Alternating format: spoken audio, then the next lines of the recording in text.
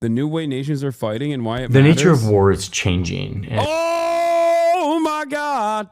Oh my God. And I want to show you how. Conflict in Syria over the last decade. Countries are increasingly using a new way to fight one another, and it's remaking the entire globe in the process. I work at a hospital boarded by oh, I thought you meant I'm so used to talking about Lockheed Martin bombing hospitals that I didn't even read that you said boarded by Lockheed Martin, and I hate it. I thought you meant I work at a hospital bombarded by Lockheed Martin and I hate it. There's a really important chart that shows this that I want to show you. This chart shows... I didn't even associate Lockheed Martin with like doing anything with a hospital beyond blowing it up. It's crazy. That's that good brand recognition right there, dude. shows all of the interstate conflicts over time, at least since World War II. Interstate just means wars fought between two countries. You'll notice that it's a pretty flat line. Some years there's just one or two conflicts, and some years there's no conflicts at all between countries. But if you pay attention to the world, that doesn't seem right. It certainly doesn't feel like the world is mostly at peace. And that's because this graph doesn't represent all the types of war that exist. For that, you have to stack on a different kind of war, like this. This is civil wars or intrastate wars. You can see that there's a lot more of those, but not as many as in the 90s. But now I want to show you what this graph looks like if we put on a different kind of war, the kind of war that we're talking about today.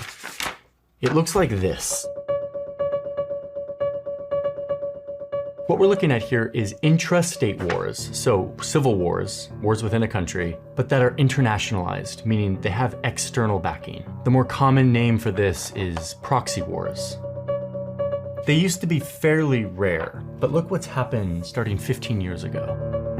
There were over 25 proxy wars happening at one time in 2020. Now, these usually get talked about as civil wars. The Rwandan Civil War.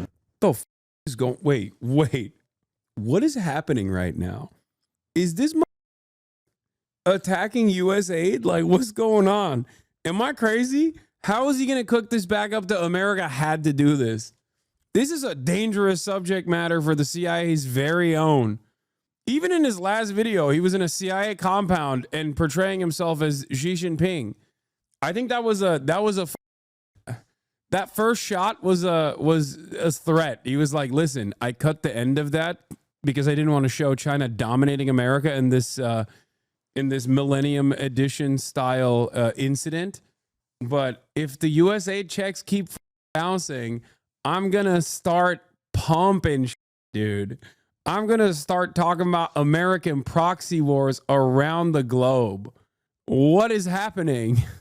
I'm very interested to see how all of this wraps back around to Donald McDonald Harris's favorite pastime, which is to say, America didn't mean it, or America had to do it. The Syrian Civil War, the Civil War in Sudan. But these are not just civil wars.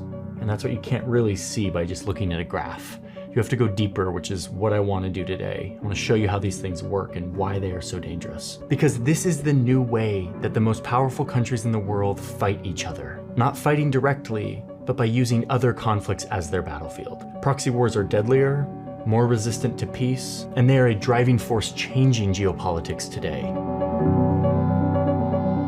So, I want to explain to you what proxy wars are, how they work, why they're so deadly, and why they're on the rise. Is he getting CCP bills now? What is happening right now? What? Okay, all right. I just need him to cook. I need him to cook. What?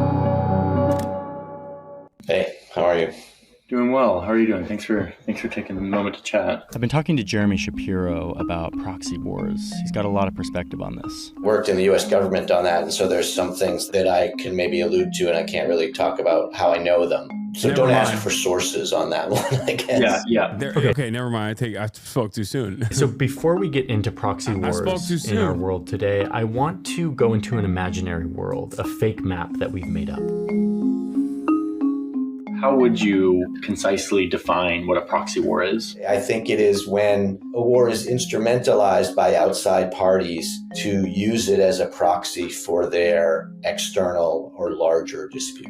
In this, Oh my God, is this video going to be like Iran, China, and Russia are constantly doing proxy wars? Is that, oh my God, is that what he's going to, is that the takeaway from the video? Made up Oh my, world. I can't stop trying to predict what he's going there to are say. two dominant powers. Let's call them Johnnyland, and over here you've got Izistan. Yes, I'm doing this. Let's just go with it, please. In the old days, if Johnnyland and Izistan went to war, it would look like this. They would send their armies smashing into one another. It was really violent. Looked very much like World War I and World War II. They ended up in massive wars with each other that were quite destructive, often to their own countries, particularly if they lost, but frankly, even if they didn't lose. Well, and let's remember why big powers go to war. They do this to assert dominance over their region. Maybe they're after the same resources. This is how big countries go to war. They do it because they want to assert dominance. They're like, we're big meanies, and the other country are the big baddies. And as big meanies, we have to go against the big baddies. This is how war works. I mean, he did bring up resources at least. Holy Maybe they fear each other as rivals and they see an opportunity to weaken the other. Or maybe Johnnyland forgot to sign the kids up for Little League and Izistan is angry. And they're fighting directly. This is how war has worked for thousands of years. That is, until the greatest war of them all. World War II was a war that showed the world that we had become too dangerous, too advanced, too destructive, especially with the invention of atomic weapons. Nuclear weapons really focus the mind.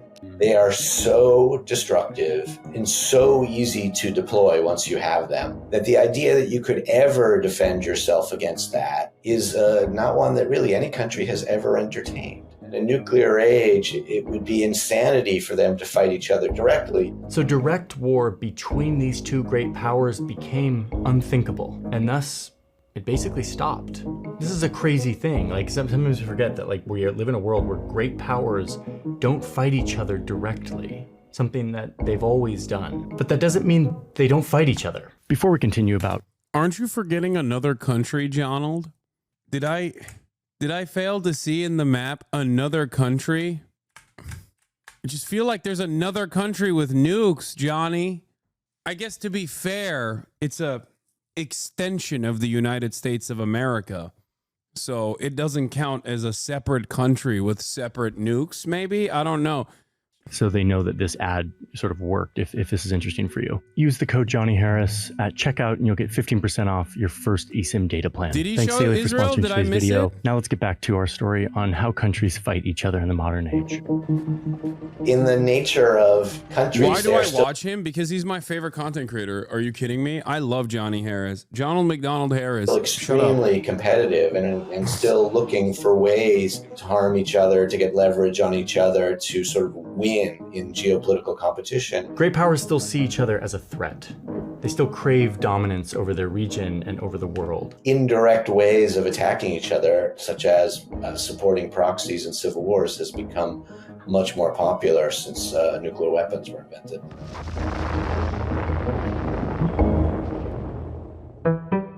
So back to our fake map. What this looks like is it would probably start as a conflict popping up within a nearby country. Could be a civil war or power struggle or just some political unrest. Now these two big countries see an opportunity to fight each other indirectly by supporting one side of this war. They send guns, money, military trainers, and this is a proxy war. I wonder why he's just using Johnnyland versus Izistan when he could just always put America as Johnnyland, and Izistan is an interchangeable name for virtually every country that we've done this in. Because, like, look, I'm putting myself in the mindset of a Johnny Harris fan. I don't know a single damn thing, okay? I don't know anything. I only watch Johnny Harris videos. And because I've only watched Johnny Harris videos, I think America is ultimately a force for good. But then when he's describing this, I'm beginning to realize that even in previous Johnny Harris videos, I've come to the realization that America kind of does a lot of the stuff that he's talking about here. So it's hard for me as a Johnny Harris stan to not recognize that he's talking about America. Let's just keep going. The two sides fighting within the smaller country are the proxies, or sometimes referred to as clients, and the outside supporters are called patrons. Now remember, in this case, they're just sending support to their side. Hey, Stalinists, us liberals like unbiased history. That's on period, sweaty. That's right. Yeah, these freaking tankies and their love for revisionist history, unlike me, a liberal in America. Of an internal struggle, a civil war in another country. A war is instrumentalized by outside parties to use it as a proxy for their external or larger dispute. From the great power perspective, what is the advantage or benefit of choosing this tool of engagement rather than more direct versions? Depending on the situation, a great power can hope that they can really sap the strength of their rival through support to a proxy war. Unfortunately, this is a really rational thing for big countries to do. They get deniability. They can say, hey, we're not really involved in this war. And they don't have to sacrifice any of their citizens. And they're able to contain the violence in someone else's country. They get to fight their rival and have someone else pay the price. Wow, that just sounds exactly like Elizabeth Warren, Lindsey Graham, virtually every other senator on associated with foreign policy in this country speaking about Ukraine. That sounds, I've heard Lindsey Graham say all these three words in succession. That's proven to be an efficient and somewhat, from a great power perspective, less dangerous way of geopolitical competition than direct wars. Now, technically, proxy wars can take slightly different forms, like if the two big countries support two smaller countries that are fighting each other, or if one big country invades another country and then the rival supports the resistance of that invasion. There's lots of different forms, but the whole idea is that these two great powers are fighting each other via a different country or different groups. Let's be done looking at the fake map and look at the real map, the real history of what proxy wars look like in real life. This dynamic has existed for a really long time, but the modern version of it starts to really crop up in the Cold War. 116. We've got these two great powers, the two big patrons, Soviet Union and the United States, using proxy war as a way to fight each other, turning the entire globe into a battlefield. This is why it was a Cold War. They never fought each other directly. They just chose local conflicts to support and fuel in an effort to win more influence over the map. Right after World War II, the superpowers focused on China's civil war, supplying opposite sides with military hardware, money, training. This paid off for Moscow when the communist side won. Kind of feels like the USSR were the good guys on that one. Kind of feels like America was mysteriously on the bad side of this one, but surely that's just for this conflict, right? There's no way that this translates to virtually every other proxy war during the Cold War, right? No way. It was a major blow to the United States, but the support in this proxy war was nothing compared to what happened right after in Korea. Korea had become a place of 24-hour terror. Nothing and no one was left untouched by the harsh, bitter reality of war. Moscow authorized its proxies in the north to try to take over the US-backed south, something they... I'm sorry, what? No, that's not what happened. That's not what happened at all. Remember when earlier Donald said sometimes big countries will, sometimes larger regional powers will support like the actual people's backed insurgency movement, for example. That is what the USSR was doing in this situation, and famously, not enough of it, as a matter of fact. The notion that the notion that the USSR was full tilt in support of North Korea, a designation that didn't just exist. Okay, just Korea versus Korea, I guess, is wrong. It's just completely incorrect. As a matter of fact, I'm going to tell you that everything that he's describing is technically correct if you swap the USSR for the United States of America. Yeah, that's how the Korean War began, except it wasn't the USSR, it was more China. What do you mean? North Korea did invade the South? What are we doing here? Okay. This is not assigning blame here, but KPA was the first to cross the border. Brother, if there wasn't real popular momentum and mobilization against the supposedly South, first of all, the South-North designation is not real. It's one that the United States invented and then the USSR obliged. That's number one. Okay. Number two, if there was this real anger and resentment from the Korean population against more Koreans in the North, and it wasn't the exact opposite situation, and that there wasn't, popular mobilization happening in South Korea, the South Korean government, alongside the U.S. military with its permanent occupation, would not have had to violently squash, by killing tens of thousands of Koreans in the South, a made-up designation that America maintained in the most violent ways possible before doing genocide in what was then known as North Korea. And I'm not even just talking about the Jeju Island. Not assigning blame here, but the KPA was the first to cross the border. Okay. I'm going to come to your house and split it in half and then arm your neighbor. Wanted to do, and we made a whole video about that relationship between Kim Il-sung and Joseph Stalin. The Soviets supported them with guns, money, fighter jets, and the US, which already had troops there, sent more. Way, way, way more, like almost 2 million. The Soviets fought back by fueling the North Korean invasion. And then China, who remember was supported by the Soviet Union, sent its army to join the fight too, turning the Korean peninsula into a battleground, not just between Koreans. Like, guys, inside of every country, there are internal dynamics that you just can't simply wash aside, especially a country like Korea that has always been occupied, okay? Especially in like the last 100 years. When you think about that, there are the popular mobilizing forces that have a lot of motion and a lot of support from broad subsects of society, which would be the socialist aligned, USSR aligned forces. And then you have the holdovers from previous colonial, from the previous colonial development, whether it be the Japanese or after the Japanese colonial expansion into Korea, the United States. The United States carried over the same exact Japanese colonial forces that were dominating Korean society. The popular people's mobilization, on the other hand, was on the socialist side. The notion that this was a north-south distinction, the notion that this was like a complete like north-south designation is an entirely made-up thing, okay? Made up. It's not real.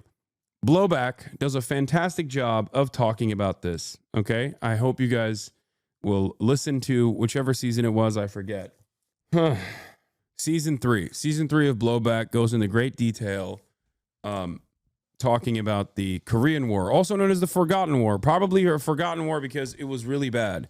Like what the United States of America did in Korea would be considered genocide if it wasn't the United States doing it. And I think it should be considered a genocide. But between these massive powers, who were both trying to spread their ideology across the map, all of this outside weaponry and manpower prolongs the fighting beyond what the two sides could sustain on their own. Compared to little North and South Korea, American, Chinese, and Soviet supplies were practically limitless, and this escalated the conflict for years. And then you see something crazy here, which is something we're going to see a lot in these proxy wars. Even when North Korea wanted to stop the fighting, Moscow wouldn't let them. They told them to keep fighting. They had so much leverage over them. Dude, I'm serious. This is directly the, everything he's saying, think the opposite. Okay. Instead of USSR, insert the United States of America. Instead of North Korea, insert South Korea, and you will understand the truth. Like this isn't even like quote unquote tanky shit, by the way. Okay. Just make no mistake. This is laughable historical revisionism. Genuinely. Is this your idol? No, this is the reason why. I don't understand it. Even the normie historians on YouTube don't make this slop. Yeah, it's such a blatant revisionist history here that is so incorrect. Let me see. I wonder if other people are talking about this. Johnny briefly listed DPRK and wanted to invade ROK far more than the USSR wanted to. After your talks with Stalin, greenlit the invasion while Soviets had their own nukes and could protect themselves from backsplash. I feel like Johnny was incorrectly implying the Soviets were the driving force when they were not. The Soviets were not the driving force, 100%. Flat out inaccuracy. The U.S. did not have troops in Korea at the start of the war. This was one of the initial issues for the Americans, lack of battle-ready units in the region. Johnny implies China was acting as a proxy to USSR in the Korean War. Reality is CCP and USSR had tense relations, and CCP was acting more on its own service than in the service of USSR. China counter-invaded the peninsula to ensure Americans didn't get a foothold directly on their own border. China is more of a third patron in this conflict than a third proxy. Like, like this person is correct on the facts, even if he's a little bit biased. Like Johnny Harris is making legitimate historical errors when he is ultimately insanely reductive in his analysis. Especially when he talks about escalating the conflict for years is a bit misleading. It is true that if the U.S. did not intervene, the DPRK would have soundly defeated the ROK in a matter of months. This is true. But U.S. and CCP involvement really only escalated things for about another year. From then on, it was basically a stalemate for another 2 years with an armistice agreement. Johnny says Stalin knew his side couldn't win, which is highly misleading given that at this point, the war, it had developed into a stalemate. Johnny's implying the DPRK was losing when in reality the situation was stabilized. Also remember, CCP is the main fighting force on the ground, and while Stalin has sway, USSR and China are both patrons. It's not a patron proxy relationship like USSR and DPRK. Johnny's implication that the Korean War destroyed the peninsula. Also, great powers could fight each other is honestly bull. DPRK and ROK had been begging to fight each other since the end of World War II. They both actively wanted great powers to intervene and help their side win. Korean War is a great example of a proxy war. It's not an example of great powers wanting to fight each other, so they use the third country's people and territory as collateral. I think that maybe because I'm biased, or maybe because my reading on this is different, but I think it was more so for regional security assurances from China, understandably so. The American generals literally wanted to nuke Korea and China, for the record. Okay, that's legit. That is legitimate. That is a thing that they said. So for China, it was a matter of self-interest and self-preservation and security. For the United States of America, it was a proxy war. It was absolutely a proxy war because they wanted a foothold against the bulwark of socialist and Soviet regimes. That's what it was. They wanted to destabilize this country that was ripe for the picking after World War II, that was already that had been, I guess, liberated by one colonial force, and a handover had happened to yet another colonial force, with the people, with a popular revolutionary movement that wanted a third option, which was full-blown sovereignty. It wasn't necessarily that the North Koreans were just in the North, and when you're in the North, you're like, I'm a Soviet. And then South Koreans in the South are like, I love capitalism and also America. That's not how this works at all. As a matter of fact, revolutionary sentiment was so popular in South Korea that they had to massacre a ton of people.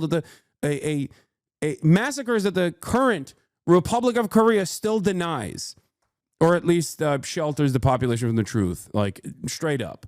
And there is historical record for this. It's not like this is a matter of debate. It's not a matter of interpretation. It's not a matter of debate. There is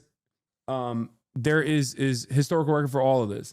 I agree 99% for this with this person. China was far more interested in party than yes, I agree that of course China was a far more interested party than the USSR. And Jono's claims there are silly. For the U.S., it was a proxy war, but it didn't take the U.S. being there to make the ROK government want to fight. The U.S. enabled it to keep going, which the role Johnny is falsely attributing to the USSR. Yes. However, you have to understand, if you can comprehend that the current American government is an inherently violent force that must be overthrown, if there was a popular mobilization from virtually every American citizen against an authoritarian development under the Trump administration, like a Trump dictatorship, then would you side with the superpower that funds the Trump dictatorship, or would you side with the people's mobilization? That's the question. Put yourself in the shoes of the average Korean in that regard, and you would obviously and understandably side with the revolutionary forces rather than the people that had made out through collaboration with the Japanese colonialists at the time that wanted to maintain that same exact structure of control. Ironically, a very similar dynamic exists in China as well, with the nationalists versus the Maoists. The Maoists in that regard wanted to overthrow the pre-existing hierarchy. The nationalists wanted to maintain the pre-existing hierarchy of land ownership. This is precisely the reason why Maoists were able to literally turn the peasants against the nationalist forces, even if they initially had started off on the side of the nationalist forces. The spiritual atom bomb of Maoism, if you will. That's what that is. It's unlocking the potential and the revolutionary sentiment captured within the hearts of every fucking peasant, every person that had all to gain from collective land ownership. This is a very, albeit reductive, but a very similar through line throughout history. That's it. That's why we talk about capitalism versus communism, socialism. Syngman Rhee was quite literally constantly massacring his own people nonstop. Bodo League massacre, Jeju Island massacre, hundreds of thousands of South Koreans butchered by the U.S.-backed fascist dictatorship just for having leftist sympathies. The North Koreans were fully justified in trying to liberate their own countrymen from that lunatic. Exactly. Like, the only aspect of a proxy in this regard would absolutely be the United States. And it doesn't fit the same purpose if you think about it like China or the USSR, two countries that have been absolutely devastated by World War II at this point, because that's something that you're not thinking of, right? The United States of America is coming off World War II like heroes. They got nothing, right? Hold on. I gotta text Vivian real quick, because I'm spitting over here. Hold on. These countries do not have enough manpower, enough firepower, enough they don't have anything at this point. They're trying to rebuild, okay? They're trying to rebuild. They're trying to become nation states with industry. And so of course they criticizing Stalin aside, they don't have enough motion. They don't have enough manpower to be like, all right, time to go and fight against America. The dudes who just dropped 2 atom bombs on Japan, right? They have the big bad. They have the big bomb. Let's just go duke it out with them now. Like they didn't have that. They didn't have the capacity to do that.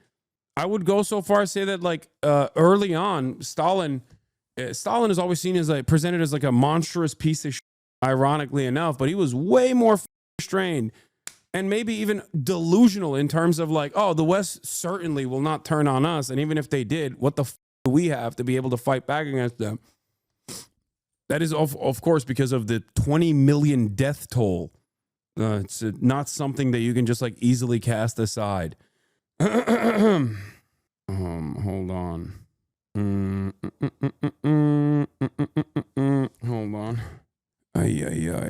Okay. I'll just keep this running. They continued to fight. Joseph Stalin, the Soviet leader, even knew his side couldn't win, but he directed them to keep fighting because he wanted to, quote, draw out the war to shake up the Truman regime in America and harm the military prestige of the Anglo. Yeah, this is so bad that the average YouTube pop historian would literally rip this entire part up.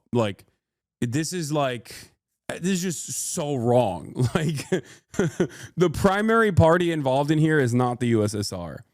And I hope people understand where I'm coming from when I talk about leftist movements in Korea versus people who wanted to maintain the same power structure that existed under the Japanese colonies.